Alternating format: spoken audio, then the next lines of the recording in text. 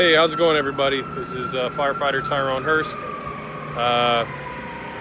Good to see you guys again. I wanted to do a video today about coming to do a station visit at the fire department. Right now, with social distancing and isolation, you may not be able to make your way into a fire station, but it doesn't mean that you can't get the information you need. So, upon popular request, let's get into some of the stuff about the Los Angeles Fire Department. I'm here outside of Fire Station 35. As you can see, it's a very well kept older station that is full of young people who are, focused on learning the job as much as possible. Very dedicated people. The fire department in Los Angeles, we take good care of our stations. A lot of custom welds and painted doors, yard work done every day. We take care of our station and we take care of all of our equipment. If you're in an interview process or you're in your background investigation, I highly recommend you try to make it down to a fire station once all this stuff clears up.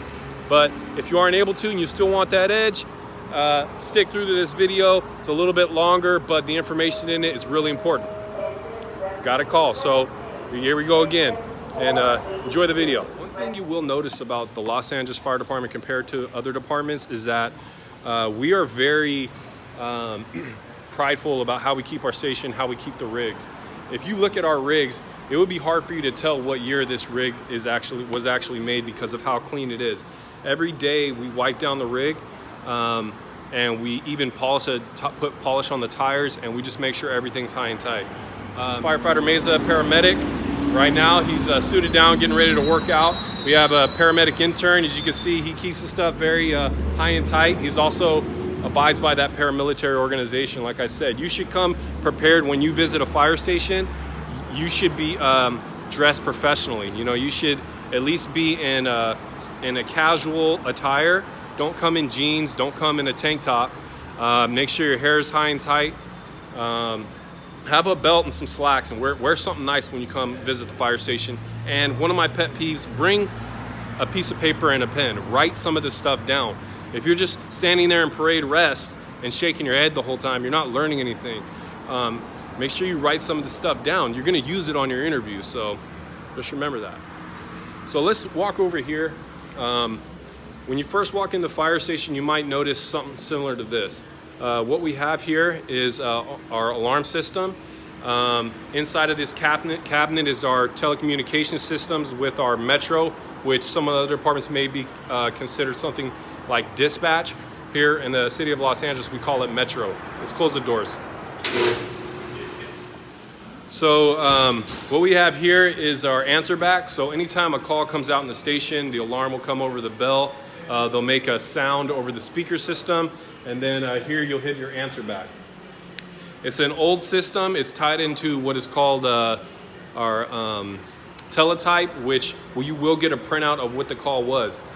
There is some history about warning the fire station and there actually being a bell outside, and I should have showed you guys the phone. There is a phone outside, outside fire phone, where if you see a fire, you get on that phone, you tell them, hey, there's a fire right across the street over here, and Metro will dispatch fire units. And that's kind of how the old way used to go. There was a phone or a horn.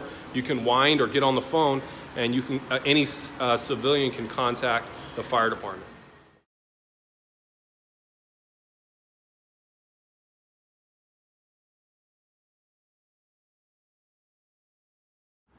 All right, here you'll see our board, and this board is really important. It's some of you may know that the fire department works off of forms, and one of those major forms that you come in and check in the morning is your F11. F11 is a duty roster, and that's going to tell you who's working and what position are they riding. Are they the captain? Are they the driver? Are they a firefighter? And their firefighters have different positions depending on where you sit on a fire truck versus a fire engine. It has a different name, and we're going to go over that a little bit later. All right, behind me, big question that I get asked a lot. Does the fire department still slide down the fire department pole? The answer is yes. The fire department, 2-story stations, and we even have a 3-story station with multiple poles. We do still slide down the fire department pole to respond to calls. It's a kind of a badge of honor, something you have to earn in the drill tower to learn how to actually do it. and there's a pad down here, and there's a very specific way learning how to land. So don't just go to a fire station and ask, can you slide the pole? They're not gonna like that. Over here, you have your passport. Each member has their name. It's a magnet. It gets put onto the fire department rig. And as you see right here, this rescue, they have their tags on here. So your passport, your magnetic passport is very important. It's one of the first things you check in the morning. You come in, you check your PPE, you check the F11 to see where you're riding, you make sure your passport's on there, and then you go and do your inventory. And we'll talk about that a little later too. All right, so now we're inside the fire station. The truck's gone right now, and you'll see the engine behind me, a rescue RA, and a specialized duty truck, light duty truck that we also have. Big question a lot of people ask, does every fire station have the same kind of trucks? Let's clear some things up. We call our vehicles apparatus, okay? And a fire truck, it has a very specific term. Other departments might call this vehicle behind me, this apparatus, a fire truck. It is not a fire truck. It is a fire engine. We'll talk about that in a minute as well. But to clear up the question, different stations have different kind of apparatus. And this station is what you call a task force, meaning we have a truck, 2 engines that can respond to fires.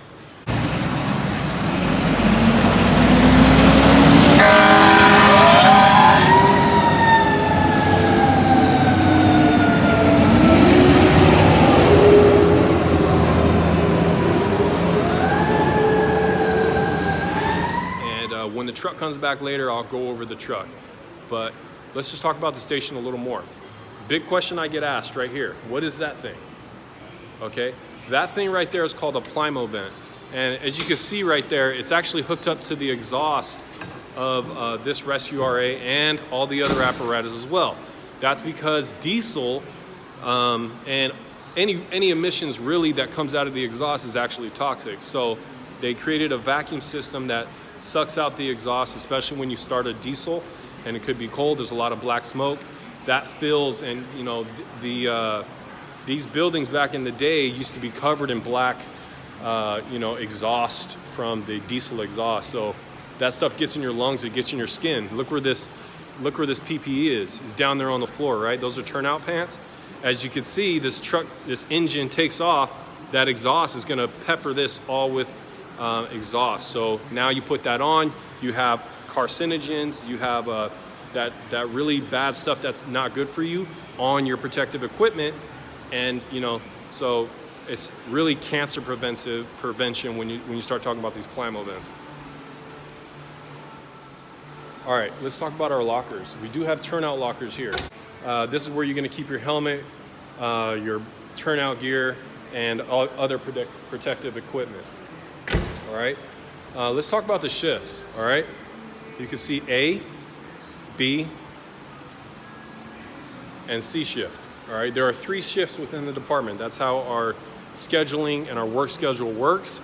You do work 24-hour shifts. Let's touch on that. When you come to a fire department, when you're coming to work for the fire department, you stay here for 24 hours. Okay, this is not a 9-to-5 job. This is not gonna.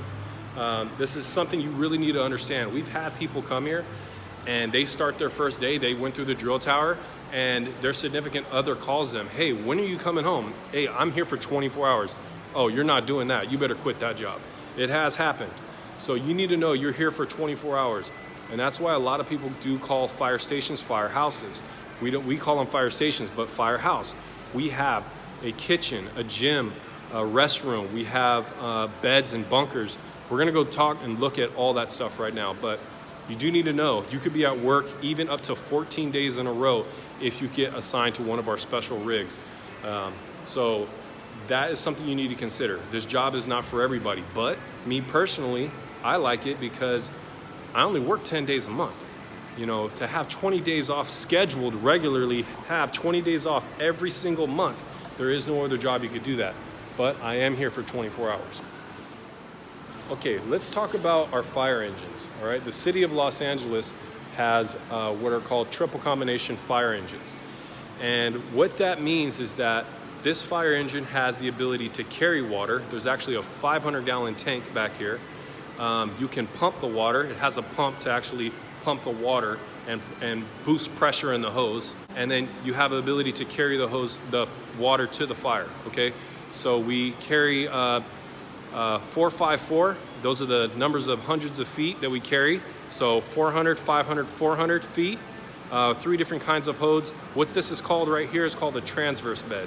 All right, that means that fire hose can come off on the sides, either side, one or the other.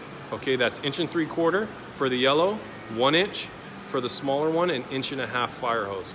All right, and on the back we carry other hose as well. So triple combination engine, that's the kind of engines that we have. The purpose is to pump water. Okay, 500 gallons of water is not enough to put out a fire. What we have to do is hook up to a hydrant. And the fire hydrant gives this pump water, and then this pump increases the pressure in order to move that water through the fire hose and get water on the fire. Let's talk about positions. Like I said before, if you're a firefighter, you depending on where you sit, your seat has a name to it. All right, so right here, this is where the captain sits. The captain wears an orange helmet, by the way, and he has 2 radios, sometimes more. And what he's going to do heading to the fire is he's going to make sure that he does a size up when he gets there.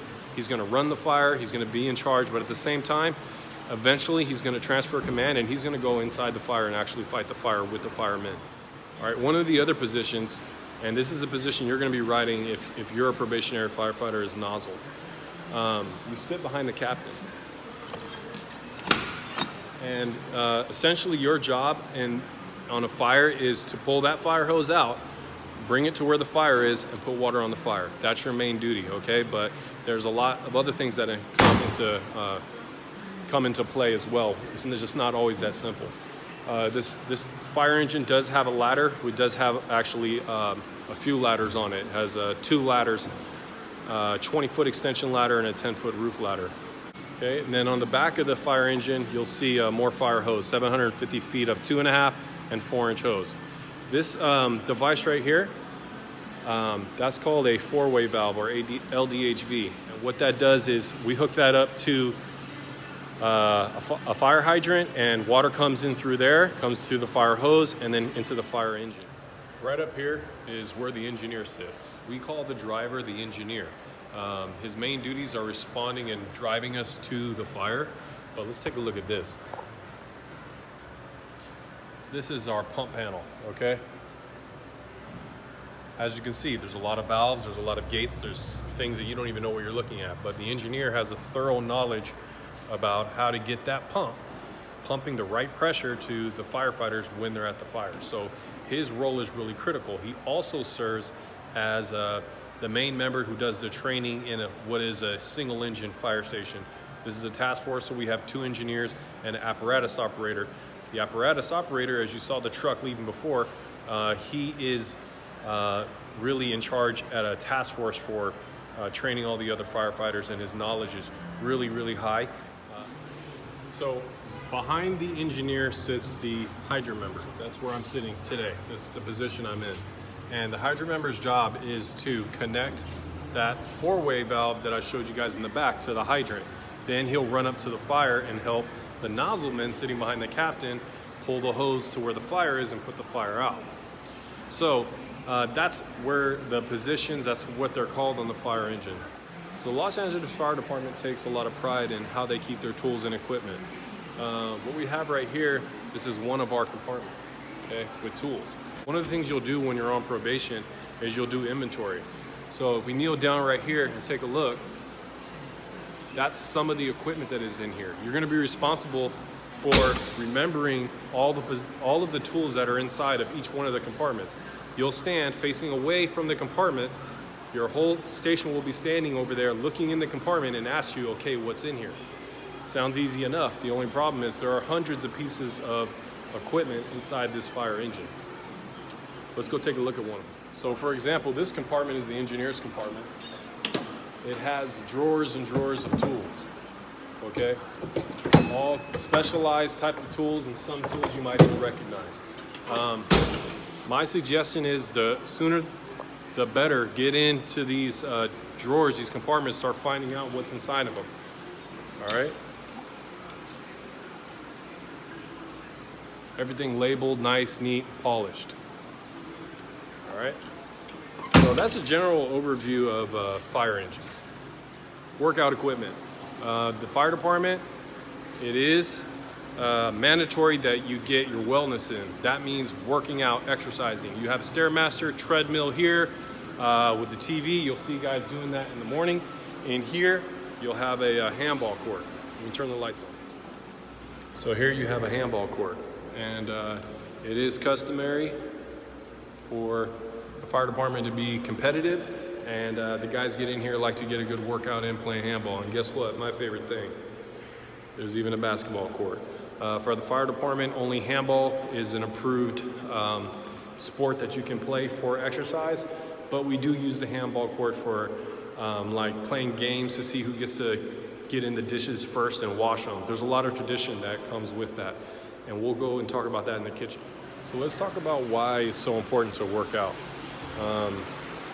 The fire department personal protective equipment consists of this breathing apparatus, this SCBA, full turnout coats. I know you've seen the firefighter stuff that they wear on TV. You have to wear all that.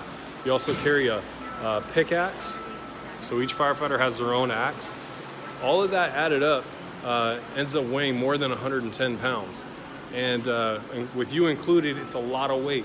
So you gotta get on this Stairmaster, because you might have to hike the tallest building in the city of Los Angeles. Is I think 73 feet. In terms of floors, the Korean building is actually taller, but they don't have as many floors. So you do have to be in really good shape to be able to potentially go to the very top of that building. And firefighting is extremely strenuous, and you need to be in very good physical shape in order to survive and meet the physical demands of fighting a fire. Typically, it's only about a 20-minute fire to get the fire put out, but then you got 2 hours of overhaul that are right behind that. So as you can see, you're wearing all that equipment. It can get exhausting. So the fire department does work out, just know that. All right, let's go into the tool room. Our tool rooms has a bunch of different kind of equipment, machinery, vices and tools, and that's for maintaining all of our firefighting equipment. The firefighters in the house do maintain all of their equipment. When some things break to a certain point, yes, we have to send them in and get them replaced. But all in all, we have a thorough knowledge of power tools and other equipment, and you might even be here one day even welding something up. So there's a lot of tools. If you're a gearhead and you like tools, you like working on things, this is perfect for you. If you're not, I suggest you start learning how to change the oil on your car, start learning how to fix things on your own at home. You're gonna need those tools, those skills, because firefighting is a hands-on job. We're basically glorified construction workers, and we have to have a thorough knowledge of how things are put together so that, yeah, we can go in and break them, because that's what we do. We might have to break in through a window, a door, a wall, just to get to the fire. So yeah, tools. If you're a tool person, this job's perfect for you. If you're not, highly suggest you start working on your general knowledge of tools and how to use them. Kitchen. This fire station, we have 14 members. So what does that mean? That means when it's your day up to cook, you're gonna be cooking for 14 people. This is a shock to a lot of people, because someone like me, I've never cooked a day before in my life, and the first time I'm doing it, I'm doing 14 plates of food for people who are really hungry, and they want a good meal. So you're gonna have to learn how to cook. We have industrial size refrigerator and stove. One of the big things in the fire station is coffee too. If you're a probationary firefighter, this is gonna be something you're gonna wanna make sure is full all the time, is the coffee. So just know that. All right, here's our dorm where we sleep. Remember, you're here 24 hours, so you get your own bed. Beds are sort of made up, right? Paramilitary, tucked in, high and tight. Still needs to be done today. Look at all this workout equipment. All right, you like to lift, you like to get big. People are in here lifting weights. This ain't a lot right here, but you know, we have a full complement of free weights. We even have some machines, but inside ours is a little different. Our gym's inside of our dorm. Other fire stations, they have their own gym in a separate room, custom building. Let's take a look at the pole right here, right?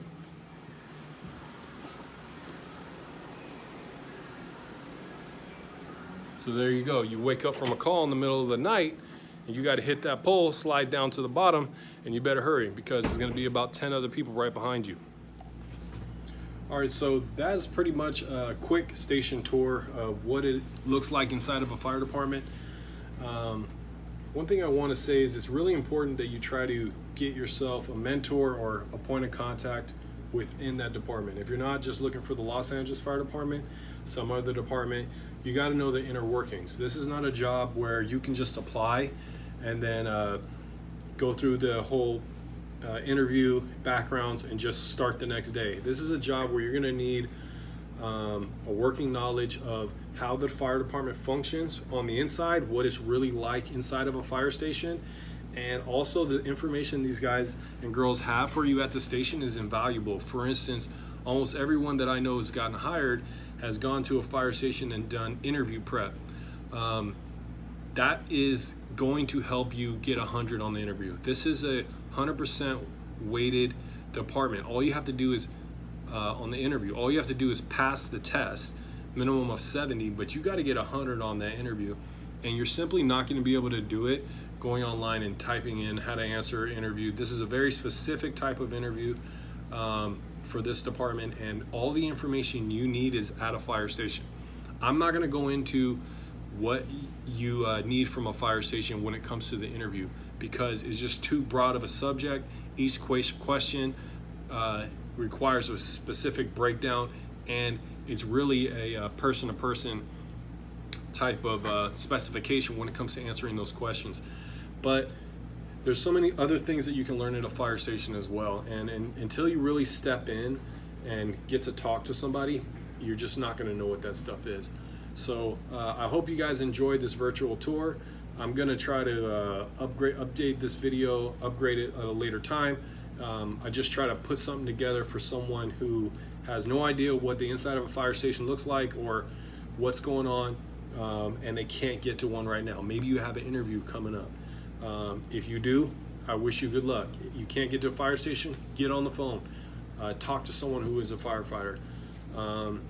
That's all for now, and hope the best for you guys in the future. Just remember, there's wannabes and there's gonna be's, and if you're not putting all the work and working really hard and taking every class you need to take, even classes you don't need to take, talking to everyone you need to talk to, you're just gonna be a wannabe.